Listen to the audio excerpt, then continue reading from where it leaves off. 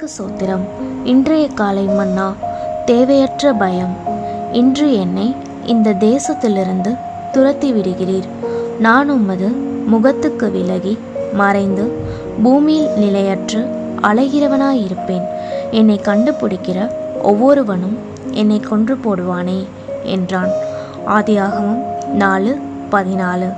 நான் உமது முகத்துக்கு விலகி மறைகிறவனாயிருப்பேன் என்று காயின் தேவனிடத்தில் புலம்புகிறான். ஆனால் இது உண்மை அல்ல. காயினுடைய முகத்துக்கு தேவன் மறைந்திருப்பார் என்பதே உண்மையாகும். தேவனுக்கு முன்பாக நிற்பதற்கோ அவருடைய மகிமையான முகத்தை தரிசிப்பதற்கோ பாவியான ஒரு மனுஷனுக்கு தைரியம் இராது. என்னை கண்டுபிடிக்கிற ஒவ்வொருவரும் என்னை கொன்று போடுவானே.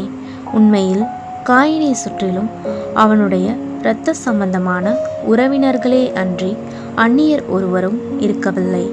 இவ்வாறு இருக்க அவனுடைய கூற்றை ஒருவனும் நம்புவதற்கு ஏதுவில்லையே. தன்னை கண்டுபிடிக்கிற ஒவ்வொருவரும் தன்னை கொன்று போடுவான் என்பது காயினுடைய சொந்த கற்பனையாகவே இருந்தது. ஒரு பாவி எப்போதும் தேவையற்ற பயத்தினாலும் பீதியினாலும் ஆட்கொள்ளப்படுகிறான். கருப்பு கண்ணாடி அணிந்திருக்கும் ஒருவனுக்கு முழு உலகமும் இருண்டிருப்பதாக காட்சியளிப்பது போல காயின் கொலைபாதகனாக மாறிய போது அவன் உலகத்தில் உள்ள ஒவ்வொரு நபரும் கொலைபாதகனாக மாறிவிட்டதாக எண்ண தொடங்கினான்.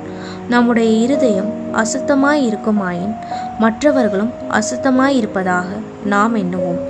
அவ்வாறே நம்முடைய இருதயம் சுத்தமாய் இருக்குமாயின் மற்றவர்களும் சுத்தவான்களாய் இருப்பதாகவே நாம் எண்ணுவோம். தீத்து 1:15. மற்றவர்கள் அசுத்தமாய் இருப்பதாக நாம் எண்ணுவோமாயின் அதன் பொருள் நாம் அசுத்தமாய் இருக்கிறோம் என்பதே. நம்மை நாமே ஆராய்ந்து பார்ப்போமாக. தேவையற்ற பயம் அல்லது கவலையினால் நாம் அலைக்கழிக்கப்படுகிறோமா? எதிர்மறையான எண்ணங்களுக்கும் உணர்ச்சிகளுக்கும் நாம் அடிக்கடி இடம் கொடுக்கிறோமா? அப்படியென்றால் நம் இருதயம் செவ்வைப்படுத்தப்பட வேண்டியது அவசியம்.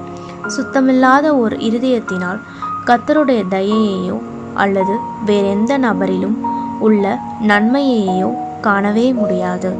அப்படிப்பட்ட இருதயமுள்ளவர்களால் கர்த்தரிலும் அவருடைய அன்பிலும் கூட நம்பிக்கை வைக்க முடியாது. ஆமென்.